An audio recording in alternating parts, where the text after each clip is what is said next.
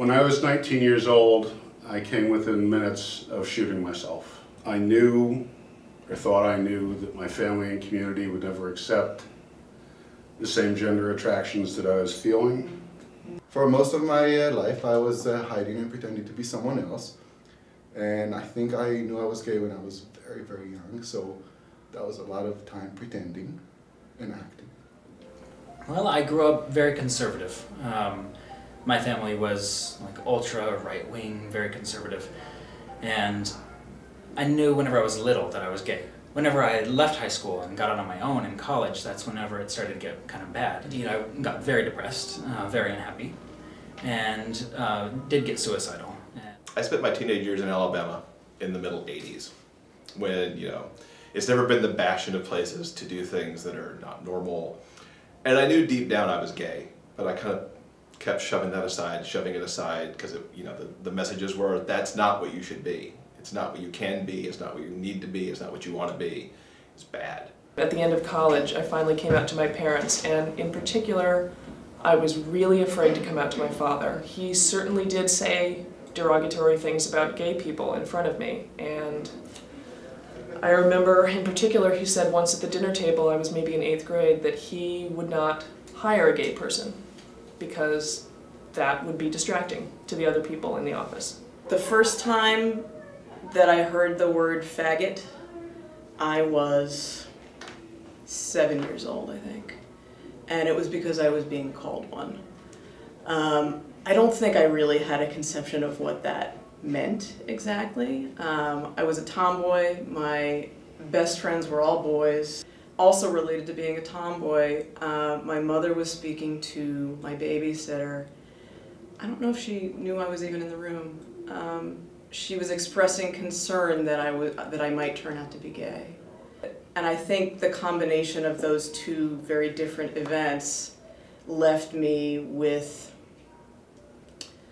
the understanding that whatever gay was, it was bad, and I should probably be as far away from it as possible. When I finally came out, I realized that I was the same person and that nothing really changed, and all the people that I cared about before and cared about me still cared about me and loved me the way I was, and I loved me the way I was, or am. And life got really better. And I think you should stick around. It gets better. I think coming to grips with who you are is always a difficult thing, whether it be you're gay, or you're chubby, or you're skinny, or you're tall, or you're short, or you have pimples, or whatever. We all have things we don't love about ourselves or that we're insecure about. I think once you kind of come to grips with all of that, you'll look back at it whenever you're an adult and realize how very minute it all was. And I think that's the message I feel like I have now. It does get better. It did for me, and it did for everybody on this video and everybody you talk to. It always gets better. And you just have to get through this one time. And it's rough and it's bumpy. You have good days and bad days, but then it's fine. Things are better now. In the 90s and the 2000s, things turned around, but back then it was hard. And I kept all that put aside until I graduated college. A couple years out, I moved to California. That's when things started to get better for me. Now, I have a partner I've been with for 15 years. I have a great job. I work in the community a lot. When I finally came out to him, 2 amazing things happened. First, he reacted totally differently than I thought he would. He felt so concerned that the world would be cruel to me and that I would have such a hard time, and that was the first thing that came to his mind. And I got to say to him that it's not so bad. It's actually pretty great. And I was with a wonderful woman at the time who I eventually married and is my wonderful partner now. And I got to say, I feel good, I feel like I'm being myself, and I'm with this wonderful person. And the second thing that happened was about 6 months later, he wrote me a letter, and he apologized for the things that he'd said when I was a kid. And he said, I'm sure it made it hard for you to come out to me. And he was right, it did.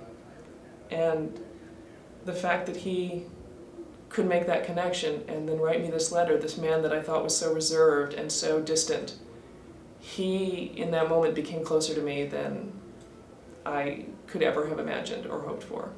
The reason I wanted to come here today was, really to say, it absolutely gets better, but it's really hard right now. And, I would hope the one message you would take away, or one of the messages you would take away from this video is you really aren't alone, and there are adults out in the world that actually care about you even if they don't even know you yet. 10 years ago, when my partner and I moved in together, I ended up having a conversation with my mother about coming out to my grandparents, who I was not out to. She said, "Why do you want to come out to your grandparents?" And I said, "Because this is the person that I love and I want to marry her. Why would I not want to do that? Why would I not want to tell them who I am?" And she had an argument with me about whether gay marriage was a legitimate, real marriage, whether it was as much marriage as a heterosexual marriage. And that was 10 years ago. And I got married to my partner this past May, and my mother got up at my wedding. Not only was she there with the rest of my family, she got up and made a toast at my wedding, and she said she was happy for me.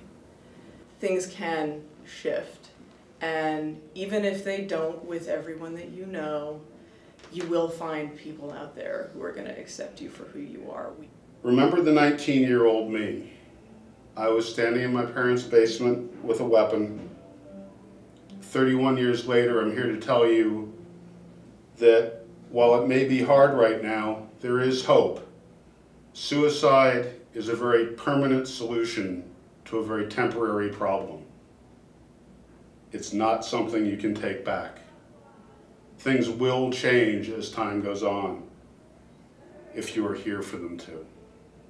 One resource is the New York Gay, Lesbian, Bisexual, Transgendered Center. It's this great resource in New York City, and the people who are making this video are all sort of connected through that in the sense that we all do a bike ride from New York to Boston every year. It's a 3-day ride. We do it to raise money to fight AIDS, to provide HIV and AIDS prevention services.